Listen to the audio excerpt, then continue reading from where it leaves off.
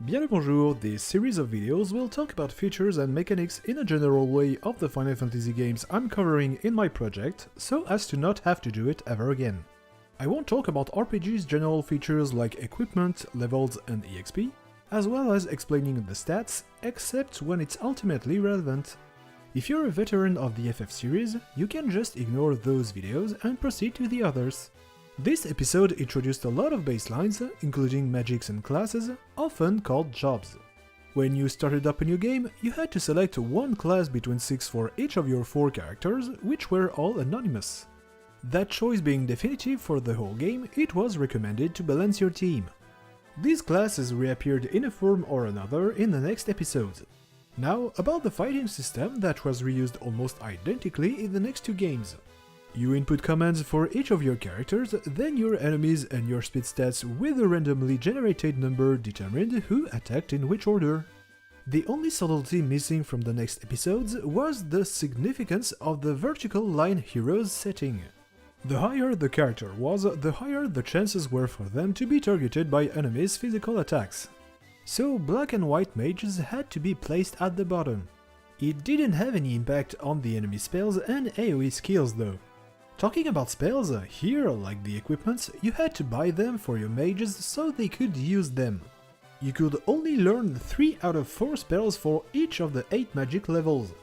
Additionally, they were part of a category, black or white, and some of them were even exclusive to 1 or 2 jobs. In the NES version, casting spells cost magic charges, which were replaced by magic points in the following remakes. Permanent choices in the NES version, you could delete them in the remakes, but you wouldn't get the money back. Last point, all classes could be promoted once you met the requirements. 5 out of 6 jobs unlocked new abilities, and also a change in the stats bonus they gained once leveling up, meaning that you should promote them the sooner you can. First episode where characters weren't anonymous, but with defined names and character designs, though you could rename them, and some NES sprites were just recycled from the first game. Same fighting system as the first game, they switched the column mechanic with a new one, the rows. On the front row, you dealt more damages with melee weapons, but you also were hit harder by melee enemy attacks, while on the back row it was the opposite. However, bows and magic damages weren't affected at all. The rows mechanic lasted in the turn-based games until Final Fantasy IX included. The character's progression and the spells changed with a system called skill-based advancement. No more levels, your stats were improved randomly at the end of the fights according to actions done in battle, like attacking would improve your strength, or taking damages would improve your max HP. Although before the Origins remake on PlayStation, some stats were opposed. As an example, increasing your strength could decrease your intelligence. All characters could equip every weapons and armors. Each of the 7 categories of weapons and the shield one had a skill level going as high as 16, which was improved by attacking with the wanted weapon type and or having a shield equipped. This will improve your chances of actually hitting your targets, doing more hits in one attack, and in a lesser way, the damages with the type of weapon. The shield level raised your evasion percentage that enhanced your chances of dodging, in addition to an evasion value that influenced your chances at acting first. For the magic, it was the first time that magic points were implemented. Each spells also had a level working the same way as the weapons, except for the damages that were seriously improved by the levels and erased the need for spells like Fire or Curaga. The spells cost 2 rows by the level. All characters could learn all spells but only 16 different ones at a time, which were learned with one-time use tomes. Those tomes could be either bought or found. The weapons and spells skill levels feature was reused and improved in FF11. Faceless heroes like the first episode and starting with the Onion Knight job in the original NES version, the protagonists received individual character designs and names, and started with the freelancer job in the 3D remakes. Besides some dialogues and cutscenes, that changed almost nothing.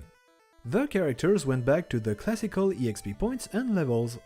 Here, in both the NES and 3D versions, magic spells worked like simple equipments that you could unequip and trade to other characters how you wanted, as long as they were in the correct job, with the same magic levels and charges of the first FF on NES. It was in this episode that the Summoning School of Magic made its debut, working the same way as the other types of spells.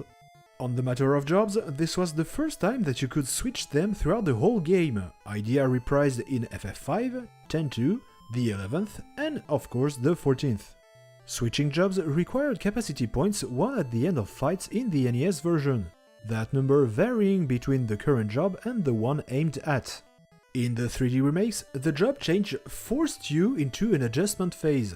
Your stats were decreased until you have won enough fights, which, just like the capacity points, depended on the previous job and the new one, though it never went higher than 10 fights.